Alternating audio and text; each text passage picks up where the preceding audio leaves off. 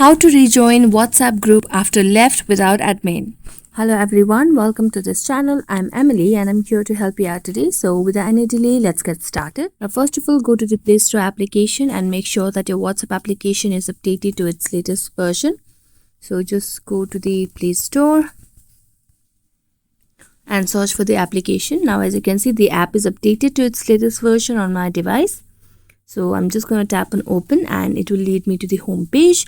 Now after going to the home page, make sure that you're logged into your account. Then tap on the three dotted lines at the top right corner of the screen. Then tap on settings. Then scroll down and you can see the option of account over here. Tap on account. So here you can see the option of change number. Just tap on that. Then tap on next.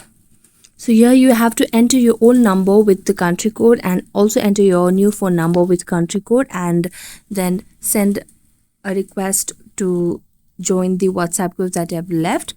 And the next step is to just go to the group and message the person or the admin that you have mistakenly left the group and you want to rejoin. So just add you by the admin. So that's the only way. There's no other way. Thank you so much for watching this video. If you enjoyed it, don't forget to like, subscribe and hit the bell notification for more updates. That's it for today and see you next time.